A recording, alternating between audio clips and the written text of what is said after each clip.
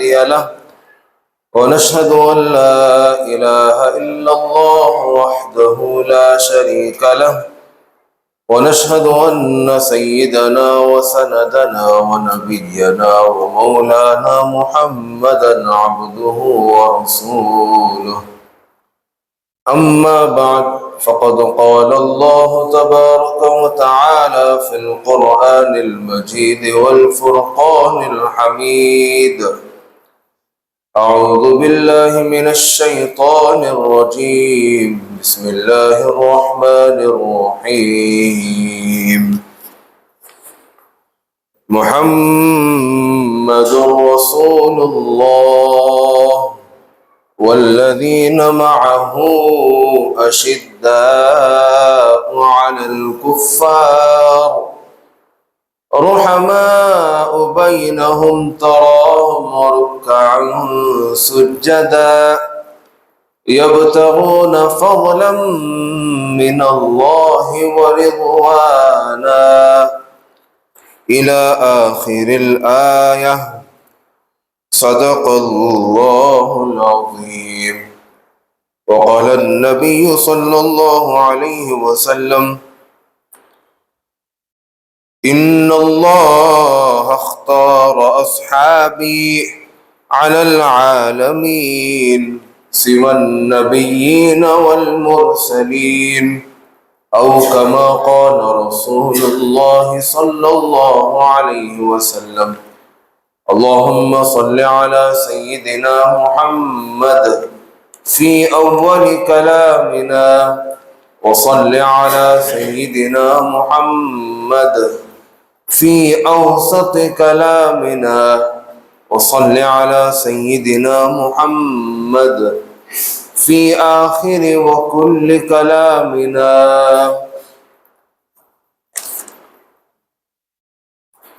قابل صد احترام حاضرین کرام، میرے عزیز دوستوں، بزرگوں اور بھائیوں، اس جمعے میں مجھے یہ عرض کرنا ہے کہ صحابہ کرام رضی اللہ عنہم اجمعین کا مقام کیا ہے، ان کا سٹیٹس کیا ہے۔ قرآن اور حدیث کی روشنی میں مجھے صحابہ کرام کے مقام کو، ان کی عظمت کو آپ احباب کے سامنے بیان کرنا ہے۔ محترم حاضرین مجلس، ہمارے اس دور میں، آج کے اس زمانے میں بے شمار ایسے لوگ پیدا ہو گئے ہیں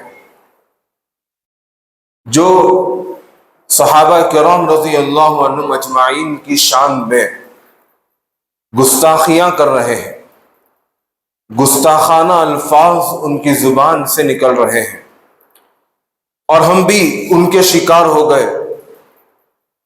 ہم بھی ان کی ویڈیوز دیکھنے لگے، سٹیٹسوں میں، ریلز میں ہم ان کی ویڈیوز کو اپلوڈ کرنے لگے، جو کہ بہت ہی غلط بات ہے اور بہت بڑا گناہ ہے، یہاں تک کہ آدمی ایمان سے بھی خارج ہو جاتا ہے۔ آج میں آپ احباب کو اسی بارے میں قرآن اور حدیث کی روشنی میں چند باتیں عرض کرنا چاہتا ہوں۔ سب سے پہلے ہم یہ سمجھیں گے کہ یہ صحابہ کا مطلب کیا ہے، صحابہ کسے کہتے ہیں، لغوی اعتبار سے اور اصطلاحی اعتبار سے اس کی تعریف کیا ہے۔ صحابہ یہ ایک پلورل، جمع کا لفظ ہے، اس کا جو واحد ہے، اس کا جو سنگولر ہے وہ ہے صحبہ۔ صحبتن کی جمع آتی ہے صحابہ، اور صحبہ کہتے ہیں ڈکشنری کے اعتبار سے لغتاً ساتھی کو، ساتھ میں رہنے والے کو ڈکشنری کے اعتبار سے صحبہ اور صحابی کہا جاتا ہے۔ لیکن محدثین اکرام کی اصطلاح میں اور فقہاء اکرام کی اصطلاح میں جو متفق علیہ تعریف ہے وہ یہ ہے کہ صحابی اسے کہتے ہیں جس نے ایمان قبول کیا ہو. دوسری شرط جس نے اللہ کے نبی علیہ السلام کا دیدار کیا ہو، دیکھا ہو. اور تیسری شرط یہ بیان کی کہ اسلام ہی کی حالت میں وہ دنیا سے وفات پا چکا ہو. کسی آدمی کے اندر جب یہ تین صفتیں جمع ہو جائیں گی تب تو وہ آدمی صحابی کہلائے گا. اگر ان تین میں سے ایک بھی نہیں ہے اس کے اندر تب تو پھر وہ صحابی نہیں ہے. پہلی شرط یہ ہے کہ وہ ایمان قبول کیا ہو. دوسری شرط یہ ہے کہ وہ اللہ کے نبی علیہ السلام کا دیدار کیا ہو، دیکھا ہو، لائیو اپنے آنکھوں سے آپ علیہ السلام کو دیکھا ہو. اور تیسری شرط ایمان ہی کی حالت میں، اسلام ہی کی حالت میں دنیا سے وفات پا چکا ہو. کسی آدمی کے اندر اگر یہ تین صفتیں، یہ تین کوالٹیز اور یہ تین شرطیں اگر پائی جائیں گی تب تو پھر وہ صحابی کہلائے گا. اب صحابہ کا مقام کیا ہے؟ صحابہ کا مقام کے لیے اتنا ہی کافی ہے کہ وہ صحابی ہے. دنیا کے اندر بے شمار اولیاء پیدا ہوں گے، ایسے لوگ پیدا ہوں گے جو دن میں روزہ رکھتے ہوں، رات میں نمازوں کا اہتمام کرتے ہوں، صبح سے لے کر شام تک، شام سے لے کر صبح تک اللہ کی عبادت میں لگے رہتے ہوں. قیامت تک ایسے لوگ پیدا ہوں گے. اس کے باوجود بھی یہ لوگ صحابہ کے مقام کے برابر ہرگز بھی نہیں ہو سکتے. اگرچہ کہ یہ لوگ بھی عبادتیں کر رہے ہیں، لیکن یہ لوگ وہ آنکھیں کہاں سے لائیں گے جن آنکھوں نے جمال مصطفیٰ صلی اللہ علیہ وسلم کا دیدار کیا ہو؟ وہ ہاتھ کہاں سے لائیں گے جن ہاتھوں نے اللہ کے نبی صلی اللہ علیہ وسلم کے ہاتھ نے اپنے ہاتھوں کو رکھا ہو؟ ایسے ہاتھ یہ کہاں سے لے کر آئیں گے؟ وہ مجالس کہاں سے لے کے آئیں گے جن مجالس میں صحابہ اکرام بیٹھ کر قرآن کی، احادیث کی تعلیم کو حاصل کیے ہوں؟ ایسے مجالس کہاں سے لے کر آئیں گے؟ چنانچہ جتنا بڑا اللہ والا ہی کیوں نہ ہو، کتنا بڑا ولی ہی کیوں نہ ہو، وہ جیسا ہی کیوں نہ ہو، وہ صحابہ کے مقام کے برابر ہرگز بھی نہیں ہو سکتا.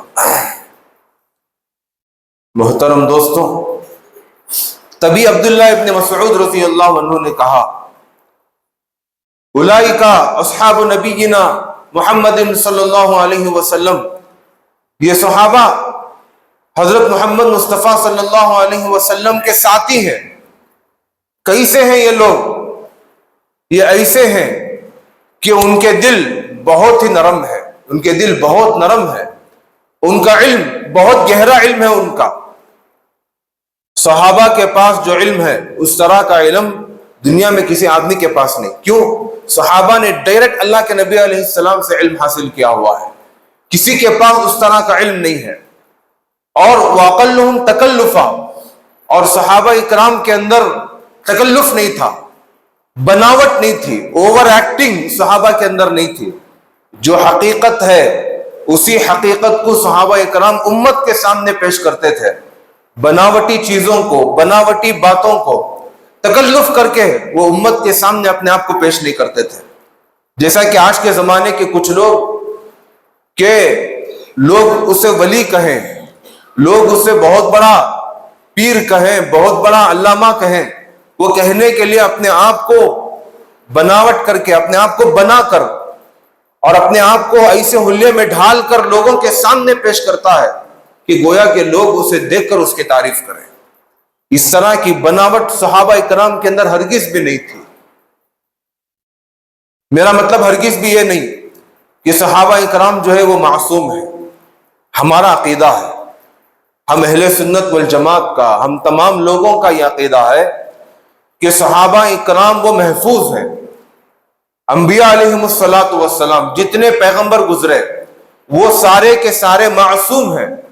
یہ عقیدے بہت ضروری ہیں، ہم کو سمجھنا بہت ضروری ہے. دو چیزیں ہوتی ہیں، ایک ہے عقائد یہ ایک ہے احکام. عقائد کہتے ہیں بنیاد کو, احکام کہتے ہیں اس کے اوپر, بنیاد کے اوپر کھڑے ہونے والی بلڈنگ کو احکام کہتے ہیں.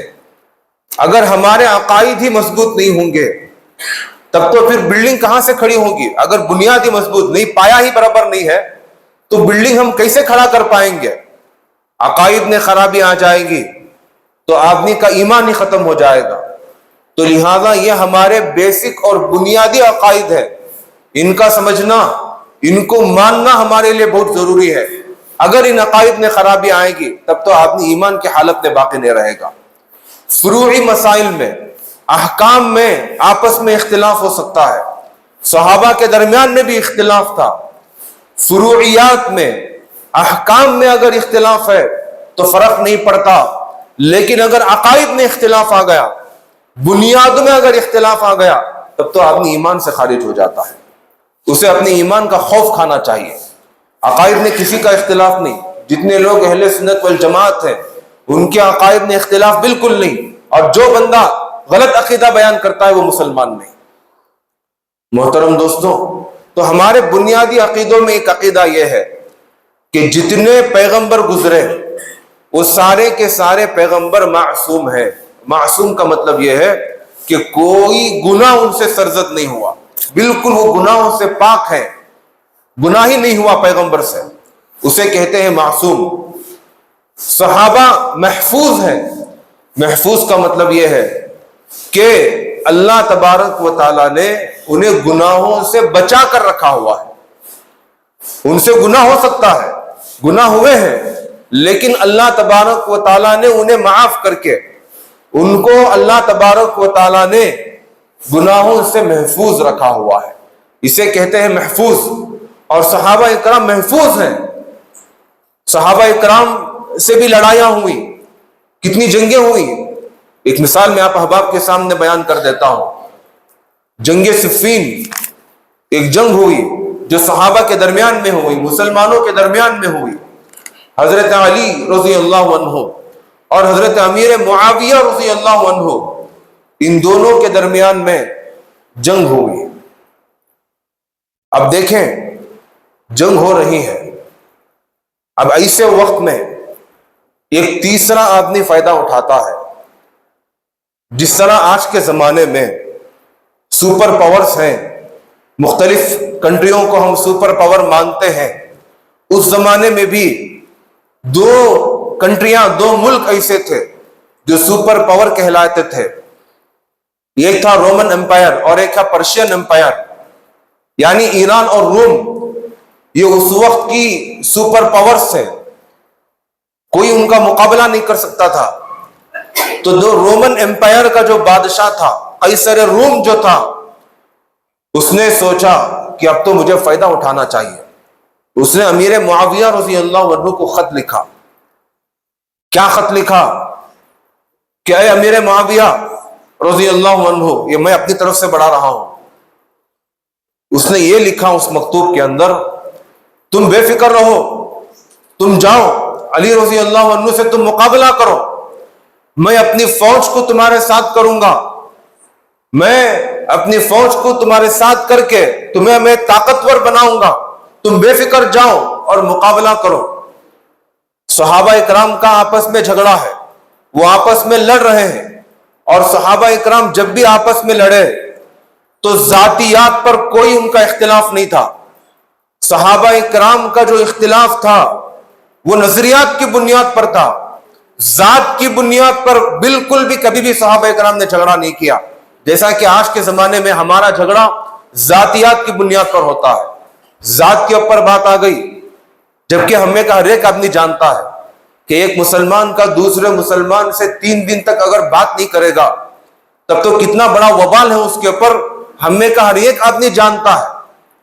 اس کے نام اعمال اللہ تبارک و تعالیٰ رد کر دیتے ہیں, کوئی عبادت اس کی قبول نہیں ہوتی. اتنا سب کچھ جاننے کے باوجود اگر باپ انتقال کرتے ہوئے اپنے بیٹے کو وصیت کرے کہ دیکھ فلاں تیرا چچا وہ ایسا آدمی ہے, تجھے اس سے بات نہیں کرنا ہے, فلاں تیری خالہ ایسی ہے, تو اس کی بیٹیوں کی کسی شادی میں نہیں جائے گا, تو بیٹا اپنی باپ کی بات مانے گا، ذاتیات پر بات ہو رہی، باپ مانے گا، اور بیٹا اپنی باپ کی وصیت کو نافذ کرے گا۔ باپ انتقال کر کے چلا گیا، اب بیٹا بیکاٹ کرے گا، کسی سے نہ ملاقات کرے گا، اگر مہمان اگر ملنے بھی آئے تو انہیں اپنے گھر میں جمائے گا بھی نہیں۔ ایسا اختلاف ہمارے درمیان ذاتیات پر ہے، لیکن صحابہ اکرام کو دیکھو، تلوار لے کر کھڑے ہوئے ہیں، معصوم لوگوں کو آپس میں ایک دوسرے شہید کر چکے ہیں، لیکن اس کے باوجود جب تیسرا آدمی آ کر فائدہ اٹھانے کی کوشش کر رہا ہے اور وہ مسلمان نہیں ہے، غیر مسلم ہے، تو امیر معاویہ رضی اللہ عنہ سے جواب میں یہ کہتے ہیں، میں انہی الفاظ کو ہو بہو نقل کر رہا ہوں۔ البدایہ والنہایہ، ابن کثیر رحمۃ اللہ علیہ کی تاریخ کی ایک کتاب ہے، ان کی تفسیر کی بھی ایک کتاب ہے اور تاریخ کی بھی ایک کتاب ہے، البدایہ والنہایہ۔ اس کے اندر ابن کثیر رحمۃ اللہ علیہ لکھتے ہیں، امیر معاویہ رضی اللہ عنہ نے غصے میں آ کر، تیش میں آ کر انہوں نے یہ جواب لکھا۔ کیا جواب لکھا؟ انہوں نے لکھا، اے روم کے کتے، یہی الفاظ تھے، اے روم کے کتے، کان کھول کر سن لے، اپنے دماغ میں یہ بات بٹھا لے کہ میرا اور علی رضی اللہ عنہ کے جو اختلاف ہے، ہمارے درمیان جو جنگ ہے، وہ ہمارا انٹرنل معاملہ ہے، ہمارا اپنا ذاتی اور ہمارا اپنا نظریاتی معاملہ ہے۔ اگر تو آگے آئے گا اور تو چاہے گا کہ اسلامی سرحدوں میں سے کسی سرحد پر تو قبضہ کرے، تو آگے آئے، تو یاد رکھ علی رضی اللہ عنہ آگے رہیں گے اور میں ان کی فوج کی پہلی صف میں شامل ہو کر علی رضی اللہ عنہ کے ساتھ میں ہو کر تیرا مقابلہ کروں گا۔ محترم دوستوں، کیا صحابہ تھے، کیا ان کی شان تھی۔ آج ہمارے درمیان اگر لڑائی ہو جائے، مسلمان اگر آپس میں لڑ لیں بائی چانس، تو جو ہے لوگ ایک دوسرے کو دھمکی دیتے ہیں کہ فلاں غیر کو لے کر آئیں گے، فلاں غیر کے پاس جائیں گے، وہ آئے گا اور غیر آ کر فیصلہ کرے گا۔ ہمارے معاملات میں، ہمارے نظریاتی اور ذاتی معاملات میں ہم غیر کو انٹرفیئر کر رہے ہیں، اور وہ تیسرا پارٹی آ کر، تیسرا آدمی آ کر وہ ہماری جھگڑوں کا، ہمارے اختلافات کا وہ فائدہ اٹھا کر جا رہا ہے، جس کی بنیاد پر آج ہم کمزور ہوتے جا رہے ہیں۔ محترم دوستوں، میں یہ عرض کر رہا تھا، دیکھیں صحابہ اکرام آپس میں ان کا جھگڑا ہوا، لڑ رہے ہیں، لیکن ان کا جھگڑا ذاتیات پر نہیں ہے، ان کا جھگڑا نظریات کی بنیاد پر ہے۔ آگے حضرت علی رضی اللہ عنہ اور امیر معاویہ رضی اللہ عنہ، ان دونوں کے درمیان لڑائی جاری ہے۔ علی رضی اللہ عنہ نماز کے لیے کھڑے ہوئے ہیں، دشمن آتا ہے، علی رضی اللہ عنہ نماز کی حالت میں ہے، وہ آ کر علی رضی اللہ عنہ کو برچا مارتا ہے اور علی رضی اللہ عنہ نماز ہی کی حالت میں انتقال کر جاتے ہیں۔ جب ان کا انتقال ہو جاتا ہے تو ان کے بڑے بیٹے حضرت حسن رضی اللہ عنہ کو لوگ اپنا خلیفہ بنا لیتے ہیں۔ جب حضرت حسن رضی اللہ عنہ خلیفہ بنا دیے گئے تو حسن رضی اللہ عنہ سے لوگ درخواست کرتے ہیں کہ آپ کو چاہیے کہ آپ اس جنگ کو باقی رکھیں، جس جنگ کو آپ کے والد نے باقی رکھا کیا، اس جنگ کو آپ بھی باقی رکھیں اور امیر معاویہ رضی اللہ عنہ کے ساتھ اب جنگ کریں۔ چنانچہ حسن رضی اللہ عنہ لشکر لے کر نکلتے ہیں، ادھر دوسری طرف امیر معاویہ رضی اللہ عنہ پریشان ہو جاتے ہیں، اور عمر ابن العاص رضی اللہ عنہ جو اس وقت قاضی ہوتے ہیں امیر معاویہ رضی اللہ عنہ کے سلطنت کے، عمر ابن العاص رضی اللہ عنہ ان سے کہتے ہیں، اے عمر، یہ لڑائیاں، یہ آپسی اختلافات کب تک چلتے رہیں گے؟ کب تک مسلمانوں کے بچے یتیم ہوتے رہیں گے؟ کب تک مسلمانوں کی عورتیں وہ بیوہ ہوتی رہیں گی؟ کب تک چلے گا؟ میں سوچ رہا ہوں کہ میں حسن رضی اللہ عنہ سے مصالحت کی بات کروں، میں سوچ رہا ہوں کہ میں سیز فائر کرا دوں، مصالحت کر لوں، تمہاری کیا رائے ہے؟ عمر ابن العاص رضی اللہ عنہ کہتے ہیں، یا امیر المؤمنین، آپ نے بہت اچھا فیصلہ کیا، آپ صلح نامہ پیش کیجئے، دیکھتے ہیں حسن رضی اللہ عنہ کیا کرتے ہیں۔ چنانچہ جب آمنا سامنا ہوتا ہے تو امیر معاویہ رضی اللہ عنہ حضرت حسن رضی اللہ عنہ سے صلح کی بات کرتے ہیں اور حضرت حسن رضی اللہ عنہ صلح کو قبول کر لیتے ہیں اور مصالحت کر لیتے ہیں. آپ میری بات پر غور کیجئے. حضرت حسن رضی اللہ عنہ صلح کو قبول کرتے ہیں, ایکسپٹ کرتے ہیں, اور یہاں پر میرے اور آپ کے آقا جناب محمد مصطفیٰ صلی اللہ علیہ وسلم کی پیشن گوئی حضرت حسن رضی اللہ عنہ کے بارے میں وہ صادق آتی ہے, پوری آتی ہے. آپ علیہ السلام پہلے ہی کہہ چکے ہوتے ہیں, جب حسن رضی اللہ عنہ چھوٹے بچے ہوتے ہیں, کیا کہتے ہیں آپ علیہ السلام, میرا یہ بیٹا جب یہ بڑا ہوگا تب یہ دو گروہوں کے درمیان میں, دو بڑی بڑی جماعتوں کے درمیان میں یہ صلح کرائے گا. اور یہاں حسن رضی اللہ عنہ اس وقت وہ صلح کرا چکے ہوں گے اور یہاں پر آپ علیہ السلام کی وہ بات صادق آ چکی ہوگی. اب یہاں پر غور کرنے کی بات ہے, صلح جو ہوتی ہے وہ کسی باغی جماعت سے صلح نہیں ہوتی. کوئی جماعت اگر بغاوت کر رہی ہے تو اللہ تبارک و تعالیٰ دوسرے پارے میں کہتا ہے تم اس باغی جماعت سے قتال کرو, تم اس سے صلح نہ کرو, بغاوت کرنے والے سے تم قتل و قتال کرو, لڑائی کرو. یہ اللہ تبارک و تعالیٰ کا حکم ہے. اور دوسری بات, اللہ کے نبی علیہ السلام بھی یہاں پر صلح کی تعریف کر رہے ہیں. اللہ کے نبی علیہ السلام بھی حسن رضی اللہ عنہ کے بارے میں پیشن گوئی کر کے صلح کی تعریف کر رہے ہیں. اگر واقعتاً امیر معاویہ رضی اللہ عنہ وہ باغی ہوتے, بغاوت کرنے والے ہوتے, تو اللہ کے نبی علیہ السلام صلح کی بات نہیں کرتے اور حسن رضی اللہ عنہ کو تاکید کرتے کہ تم ان کے ساتھ قتل و قتال کرو. صلح کی تعریف ہونا یہ اس بات کی علامت ہے کہ امیر معاویہ رضی اللہ عنہ اور ان کی جماعت باغی نہیں تھی. محترم دوستوں, لیکن ہمارا کیا حال ہے؟ بے شمار لوگ ایسے پیدا ہو چکے, ان کا کام ہی یہی ہے کہ وہ صحابہ کی زندگیوں پر ریسرچ کریں, ان کے عیوب کو نکالیں اور ان کے عیوب نکال کر لوگوں کے سامنے بیان کریں, ان کے مقام کو, ان کے مرتبے کو کم کریں. ایک جماعت بن کر بیٹھی ہوئی ہے, ان کی کیا اوقات ہے کہ وہ صحابہ کی شان کو کم کریں. قرآن مجید میں اللہ تبارک و تعالیٰ نے 3 گروہوں کا تذکرہ کیا. ایک جماعت وہ مہاجرین صحابہ کا تذکرہ کیا سورہ حشر میں 28ویں پارے میں, 28ویں پارے کی دوسری سورت سورہ حشر, اس کے اندر اللہ تبارک و تعالیٰ بیان کرتا ہے صحابہ کی ایک جماعت وہ ہے جو اپنا سب کچھ, اپنی جان, اپنا مال, اپنا گھر بار, سب کچھ وہ اللہ کے لیے قربان کر دیتا ہے, سب کچھ وہ اللہ کے راستے میں لٹا دیتا ہے. لٹا کر وہ ہجرت کر کے مدینہ المنورہ کو چلے جاتی ہے وہ جماعت, اور اس جماعت کو کہتے ہیں مہاجرین, اور یہ کامیاب ہے. اللہ تبارک و تعالیٰ نے وہ بھی پیشن گوئی کر دی. دوسری جماعت اللہ تبارک و تعالیٰ نے یہ بیان فرمائی, دوسری جماعت وہ ہے کہ وہ جماعت جنہوں نے اللہ کے راستے میں اپنا سب کچھ لٹا دیا, اس جماعت کی وہ سپورٹ کر رہے ہیں. اس جماعت کے اوپر یہ جماعت اپنا سب کچھ لٹا رہا ہے, قربان کر رہا ہے. جس جماعت نے اپنا سب کچھ اللہ کے راستے میں لٹا دیا, اس جماعت کے اوپر یہ دوسری جماعت اپنا سب کچھ ان کے اوپر لٹا رہی ہے, اور اس جماعت کو کہتے ہیں انصار. اس جماعت کو کہتے ہیں انصار. ایک جماعت مہاجرین جنہوں نے اپنا سب کچھ اللہ کے راستے میں لٹایا, دوسری جماعت انصار جنہوں نے اپنا سب کچھ مہاجرین کے اوپر خرچ کیا. یہ 2 جماعت صحابہ کی ہے. ایک تیسری جماعت, وہ تیسری جماعت صحابہ کے بعد قیامت تک آنے والے لوگوں کی ہے. اس جماعت کا کام کیا ہے؟ اللہ تبارک و تعالیٰ نے کہا والذین جاؤوا من بعدہم یقولون ربنا اغفر لنا. اس جماعت کا کام یہ ہے کہ وہ اپنے لیے مغفرت کی دعا کریں. ربنا اغفر لنا, اے اللہ تو ہماری مغفرت فرما.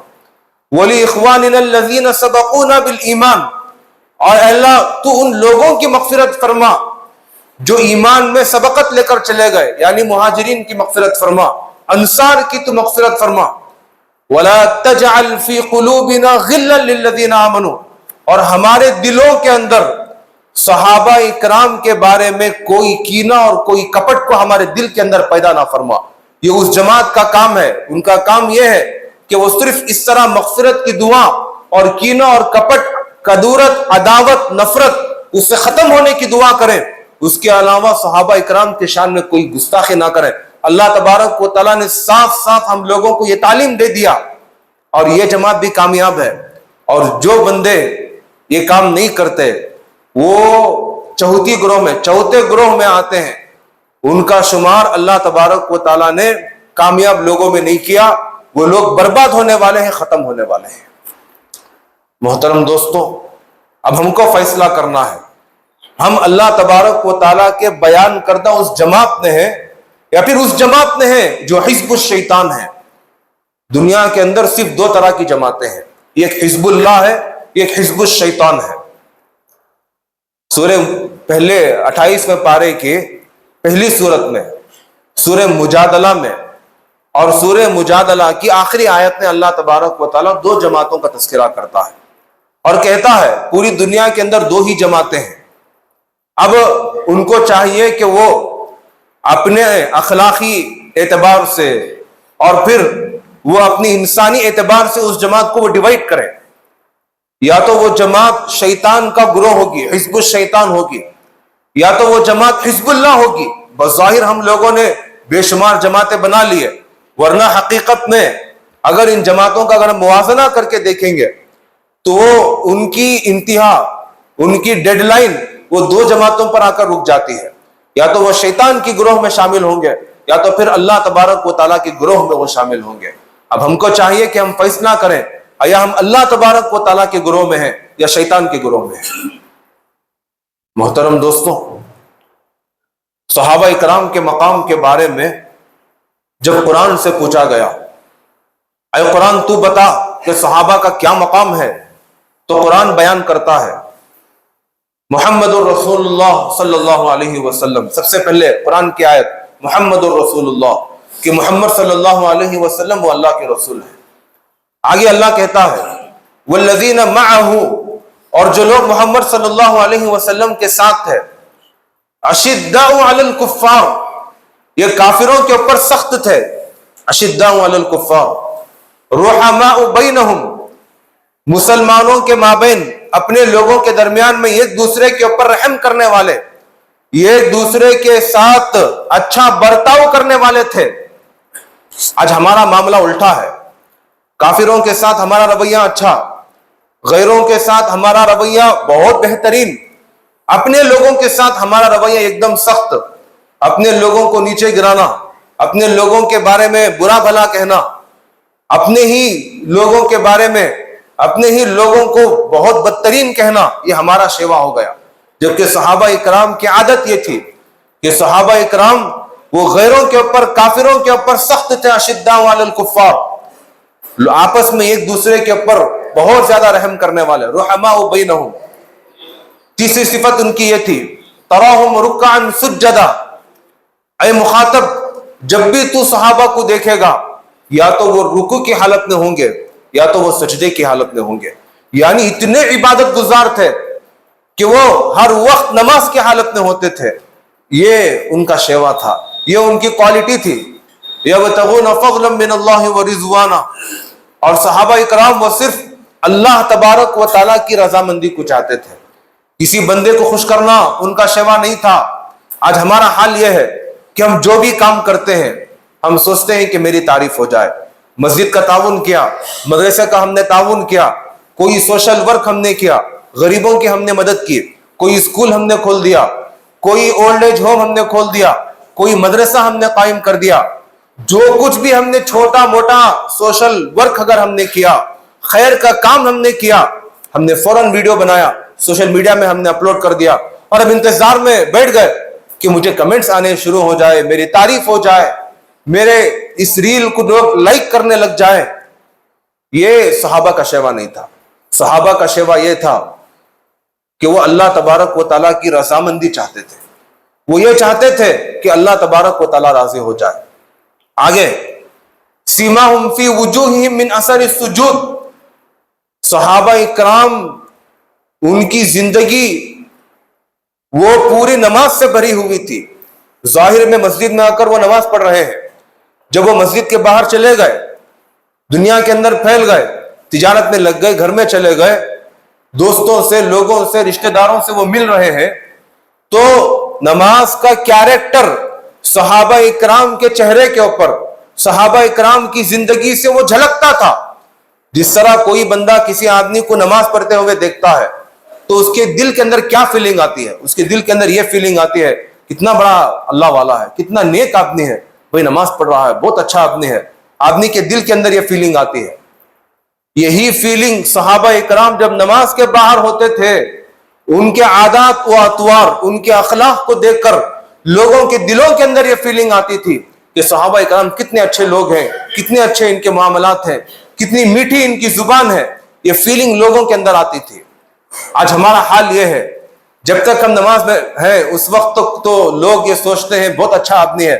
اب نماز کے بعد جب آدمی چلا گیا، اگرچہ کہ بظاہر وہ اس کا حلیہ ایسا ہے، ولیوں کا اس کا حلیہ ہے، اس کے باوجود اس کے اخلاق، اس کے معاملات ایسے ہوں گے کہ لوگ جو ہے اسے بہت برا آدمی سمجھتے ہیں، وہ اسلام کے نام پر دھبا شمار ہونے لگے گا۔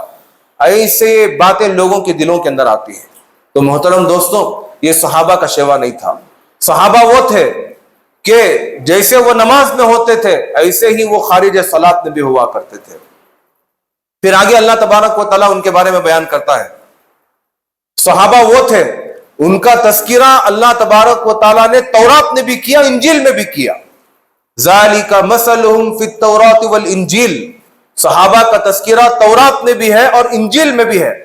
کزرع اخرج شطأہ فآزرہ فاستغلظ فاستوى علی سوقہ۔ آگے اللہ تبارک و تعالیٰ کہتا ہے صحابہ اکرام وہ ایک کھیتی کی طرح ہے۔ جس طرح کوئی کھیتی ہے، اب اس کھیتی کے اندر اگر ہم پانی دیتے رہیں گے تو پودا نکل آئے گا، پھر وہ پودا بڑا ہوگا، تنا اس کے اندر سے نکل آئے گا، پھر وہ تنا ایک دم مضبوط ہوگا، تنا مضبوط ہوگا، پھر اس کے اندر جو ہے پتے وغیرہ نکل آئیں گے، پھول نکلیں گے، پھر اس کے اندر پھل نکل آئیں گے۔ جب یہ پھل نکل آ جائیں گے تو جو کسان ہوگا، کسان کو خوشی ہوگی بعینہ۔ اسی طرح اللہ کے نبی صلی اللہ علیہ وسلم نے صحابہ کے دل کے اندر ایمان کی کھیتی کو بویا، پھر یہ ایمان کی کھیتی پودے کی شکل اختیار کی، پھر یہ پودا بڑھتے ہوئے ایک مضبوط تنا ہو گیا۔ جب یہ مضبوط تنا ہوا تو پتے نکل آئے۔ صحابہ اکرام اتنے مضبوط ہوئے کہ ان کے اندر پھل نکل آئے، ایسے پھل نکل آئے کہ انہیں دیکھ کر دوسرے لوگ اسلام کے اندر، ایمان کے اندر آنے لگے، اسلام کو قبول کرنے لگے۔ لیغیظ بہم الکفار، اور یہ حالت صحابہ کی دیکھ کر کافروں کو غصہ آتا تھا، کافروں کا دل جلتا تھا۔ محترم دوستوں، ایسا مضبوط ایمان صحابہ اکرام کا تھا۔ یہ تعریف اللہ تبارک و تعالیٰ نے خود صحابہ اکرام کی قرآن کے اندر کی، اور اللہ تبارک و تعالیٰ نے ایک دوسری جگہ صحابہ کے بارے میں ارشاد فرمایا اولئک الذین امتحن اللہ قلوبہم للتقوی، کہ اللہ تبارک و تعالیٰ نے صحابہ کا امتحان لے چکا ہے۔ دنیا کے اندر اللہ تبارک و تعالیٰ صحابہ کے دلوں کو امتحان کے لیے چنا، اور اللہ تبارک و تعالیٰ ان کا امتحان لے چکا۔ امتحان لینے کے بعد اللہ تبارک و تعالیٰ نے اس دنیا کے اندر ہی اس امتحان کا رزلٹ بھی بیان کیا۔ 11ویں پارے میں اللہ تبارک و تعالیٰ بیان فرماتا ہے کیا رزلٹ ہے؟ رزلٹ یہ ہے رضی اللہ عنہم ورضوا عنہ، کہ اللہ تبارک و تعالیٰ ان سے راضی ہو گیا۔ اور دوسرا نتیجہ اللہ تبارک و تعالیٰ یہ ارشاد فرماتا ہے اعد اللہ لہم جنات تجری تحت الانہار، کہ اللہ تبارک و تعالیٰ ان کے لیے جنت بھی تیار کر دیا، اور وہ جائیں گے ہمیشہ ہمیشہ جنت میں رہیں گے۔ دو انعام اللہ تبارک و تعالیٰ ان کی کامیابی پر دیا۔ پہلا انعام رضامندی کا، دوسرا انعام اللہ تبارک و تعالیٰ نے جنت کی بشارت کا دنیا کے اندر ہی تمام صحابہ کے بارے میں یہ اعلان فرمایا۔ السابقون الاولون، اللہ کہتا ہے تمام صحابہ سابقون الاولون من المہاجرین، مہاجرین تمام صحابہ، والانصار، اور پورے انصار صحابہ، ان تمام کو اللہ تبارک و تعالیٰ گن کر آگے اللہ تبارک و تعالیٰ اس رزلٹ کو بیان کرتا ہے۔ کسی صحابی کا استثناء اللہ تبارک و تعالیٰ نے نہیں کیا۔ جب اللہ تبارک و تعالیٰ نے کسی صحابی کا استثناء نہیں کیا، کسی صحابی کو نہیں نکالا، تو ہم اور آپ ہوتے کون ہیں جو صحابہ اکرام کی شان میں گستاخی کریں اور کسی صحابی کو ہم جو ہے جہنمی یا کافر کہیں؟ نعوذ باللہ۔ تو محترم دوستوں، ہم کو چاہیے کہ ہم جو ہے باز آ جائیں، ایسے لوگوں کی باتوں کو ہم نہ سنیں، ایسے لوگوں کو ہم جو ہے سخت جواب دیں، ایسے لوگوں کو سمجھائیں کہ صحابہ کون ہے، صحابہ کی شان کیا ہے، قرآن کیا کہتا ہے، ان کو سمجھانا چاہیے اور انہیں راہ راست پر لانا چاہیے۔ اور ہم کو چاہیے کہ ہم خاموشی اختیار کریں، صحابہ اکرام جو اعمال کیے وہ اللہ تبارک و تعالیٰ جانتا ہے. ہم لوگوں کو یہ حق نہیں کہ ہم ان کی زندگی پر، ہم ان کے عیوب کے اوپر ہم لب کشائی کریں. آخر میں ایک بات بیان کر کے اپنے بات کو ختم کرتا ہوں. یہ ایک مسئلہ ہے، وہ مسئلہ یہ ہے کہ جب ہم صحابہ کا نام لیتے ہیں تو صحابہ کا نام لینے کے بعد جس طرح ہم اللہ کے نبی علیہ السلام کا نام لیتے ہیں محمد، تو ہم آگے کہتے ہیں صلی اللہ علیہ وسلم. ایسے ہی جب ہم کسی صحابی کا نام لیں گے تو ہم کو چاہیے کہ ہم کہیں رضی اللہ عنہ. لیکن اگر کسی صحابی کے نام لے رہے ہیں اور ایک سے زائد ہم صحابہ کا نام لے رہے ہیں، ایک صحابی کا نام لیے، اب ایک صحابی کا نام لے رہے ہیں اور صحابہ کا نام لے رہے ہیں، 4-5 صحابہ کا اگر ہم نام لے رہے ہیں تو فردن ہر صحابی کو رضی اللہ عنہ کہنے کی ضرورت نہیں. 4-5 صحابہ کا نام لینے کے بعد اگر کوئی آدمی آخر میں رضی اللہ عنہم کہہ دے گا تب بھی کافی ہو جائے گا. عربی زبان کا ایک اصول اور ایک قاعدہ یہ ہے کہ عربی زبان کے اندر واحد ایک کے لیے ہوا استعمال ہوتا ہے، 2 آدمیوں کے لیے ہما استعمال ہوتا ہے، 3 آدمیوں کے لیے ہم کا لفظ استعمال کرتے ہیں. جس طرح انگلش میں اگر ہم کہنا چاہیں تو ایک آدمی کے لیے ہی کو استعمال کرتے ہیں، اور اگر 2 سے زائد لوگ ہیں تو ان کے لیے دے یا دم کا استعمال کرتے ہیں. اسی طرح عربی زبان کے اندر بھی ایک آدمی کو ہو کا استعمال کرتے ہیں، 2 آدمیوں کو ہما اور 3 لوگوں کو اور اس سے زائد لوگوں کو ہم کا استعمال کرتے ہیں. جب بات اس طرح کی ہے تو اللہ تبارک و تعالیٰ نے بھی قرآن کے اندر صحابہ کا تذکرہ کیا، ہزاروں لاکھوں صحابہ کا تذکرہ کیا، اور آخر میں اللہ تبارک و تعالیٰ نے کہا رضی اللہ عنہم، عنہ نہیں کہا، عنہم کہا، کہ اللہ تبارک و تعالیٰ ان تمام سے راضی ہو گیا. ایسے ہی اگر ہم بھی ایک سے زائد صحابہ کا نام لے رہے ہیں، اچھی بات ہے اگر آدمی ہر ایک صحابہ کے بعد رضی اللہ عنہ کہہ رہا. اگر آدمی نہیں کہہ رہا تو کوئی ملامت کرنے کی جگہ نہیں ہے، وہ کوئی بے ادبی یا گستاخی کرنے والا نہیں ہے، چونکہ یہ آخر میں رضی اللہ عنہم کہہ رہا ہے. اگر عنہم کہہ دے گا تو تمام صحابہ اس دعا کے اندر شامل ہو جائیں گے. جیسا کہ ہم لوگ بھی دعا کرتے ہیں ربنا آتنا، ہم کہتے ہیں اے اللہ ہم تمام کو تو دے. آتنا یعنی ہم تمام کو. اگر کوئی کہے گا آتنی، اے اللہ تو صرف مجھ کو دے، بعینہ. اسی طرح عنہ اور عنہم کا فرق ہے. لہذا اگر کوئی بندہ اس طرح صیغوں کے ذریعے سے اگر کوئی بات کہتا ہے، صحابہ کو تذکرہ کرتا ہے، تب تو وہ بے ادبی اور سنت کے خلاف نہیں ہے. ایسے آدمی کو کوسنا نہیں چاہیے، وہ بھی جو ہے تعریف کے قابل ہے، اسے سراہنا چاہیے. اللہ تبارک و تعالیٰ سے دعا ہے کہ اللہ تبارک و تعالیٰ کہنے سننے سے زیادہ عمل کرنے کی توفیق عطا فرمائے. آمین. وآخر دعوانا الحمد للہ رب العالمین. جو احباب سنت نہیں پڑھے ہیں سنت